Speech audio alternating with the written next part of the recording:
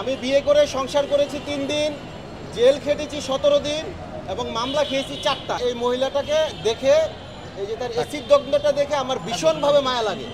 তারপরে তাকে আমি মায়াটা দেখাইতে গিয়ে দেখেন, আমি বিয়ে করে সংসার করেছি 3 দিন, জেল খেটেছি 17 দিন এবং মামলা খেয়েছি 4টা। এটা হচ্ছে বাংলাদেশের ইতিহাস। এবং এই কনভেনশন হলে এসে এই জিনিসটা দেখে আমার খুবই খারাপ লাগলো যে আজকে 10 বছর ইন্ডাস্ট্রিতে আপনি যে চ্যানেলের যে প্রশ্নটা করছেন, চ্যানেলের ছবি দিয়েই কিন্তু আমি এই যে সিনেমায় আসছি, যে ভাইয়ারে ইমপ্রেস টেলিফিল্মের ছবি।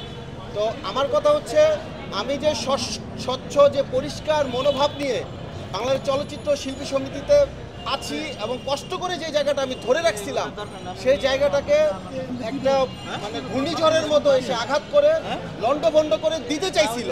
কিন্তু আমার যে শিল্পী সমিতির ভাইরা, আমার শিল্পী সমিতির নায়িকারা, আমার শিল্পী সমিতির সহকর্মীরা আমাকে এত সহযোগিতা করছে, যার কারণে আমার তেমন কোনো ক্ষতিগ্রস্ত হয় নাই। আমি রাসেল মিয়া আগে যে জায়গাটার মধ্যে ছিলাম, আল্লাহর রহমতে, আপনাদের দোয়ায়, বয়মুরব্বীদের দোয়া, আমার মায়ের দোয়ায় আমি সেই জায়গাটার মধ্যে আছি।